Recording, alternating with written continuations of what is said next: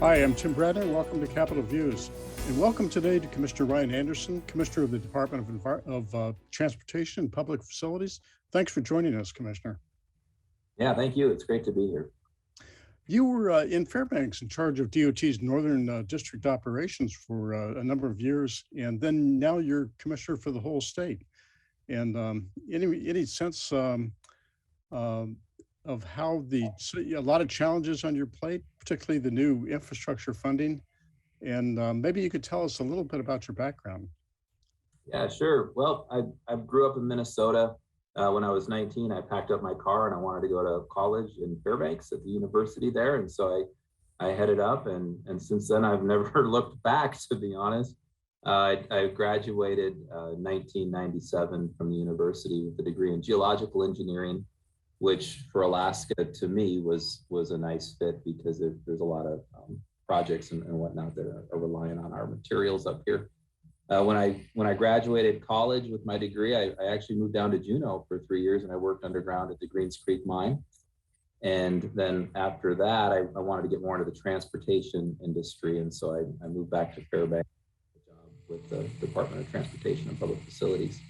A lot of my experience on that front was with capital projects. I worked in construction portions of DOT and the design, project management, those types of things, until finally the last 5 years as the Northern Region Director.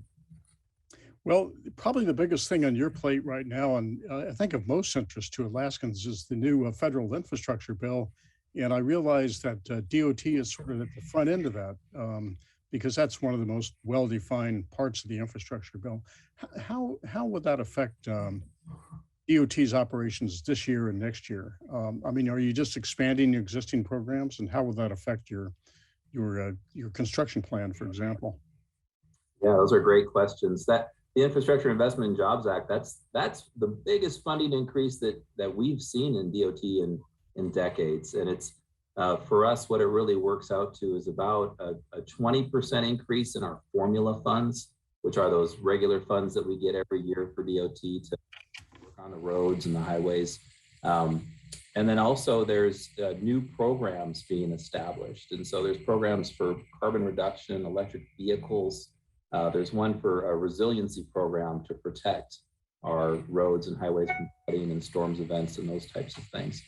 And so what we're doing right now is we're building teams to make sure we can address, there's with these new programs and all these new rules, we want to make sure that we're understanding them correctly right away so we can act. But then also we're taking a look at all of our projects that are currently shovel ready, whether they were programmed for this year or next year, and really making those efforts to look to say, hey, if these projects that were ready next year, we can get them out the door now and get that value to the public, better roads and better bridges and infrastructure. We're moving those projects up to get them into construction as soon as we can. And hopefully this summer, what folks are going to see, and maybe people aren't going to be excited about this, but lots of construction out there on the highways. No, I was just going to ask about that. Are we going to see a lot more of those road guards and road signs? I guess we are. Yeah, we've been pretty busy already, up to this point. So I think people are fairly used to that. But yeah, there's going to be a lot of road construction this summer. I have to ask you also, what about workforce issues? This is a broader topic, I think, but I think it's probably going to affect DOT. For example, how are you doing with internal staffing and engineering needs in-house, the ability to do in-house engineering? Are you staffed up enough to handle the load? Yeah, for the most part on our engineering series, we're pretty stable. Even through the pandemic, it's been we've had a lot of turnover. We've had the retirements and whatnot happening, but we have been able to replace those folks. And so we're not seeing the vacancies in those disciplines like we are saying equipment operators or the trades, carpenters, plumbers, those types, and mechanics. That's really where DOT is seeing the vacancies right now. So we're feeling okay. The other part we're trying to do also is keep in touch with our, the consultant community and how are they doing, because we do consult out quite a bit of work on the design side and the engineering side. And at this point, we're not seeing the stress in those disciplines yet. Not to say that couldn't change here as this program really gets legs and moves forward, but we're being cautious right now. Well, that's encouraging because you hear a lot of talk about the workforce, the gap.